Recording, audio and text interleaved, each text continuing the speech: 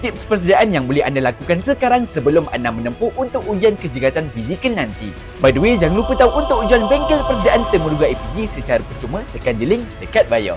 Yang pertama, banyakkan latihan stamina untuk menempuh blip test. Latih diri untuk melakukan larian ulang-alik sebanyak 20 meter dan jangan terlalu laju dan jangan terlalu lambat, ikut tempo yang disediakan.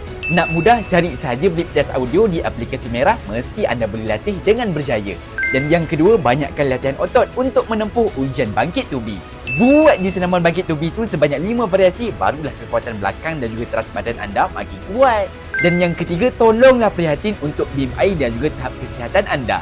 Pastikan BMI anda berada pada tahap sihat. Kalau contohlah berat badan berlebihan, jangan lupa buat senaman dan juga diet sebelum tarik ujian.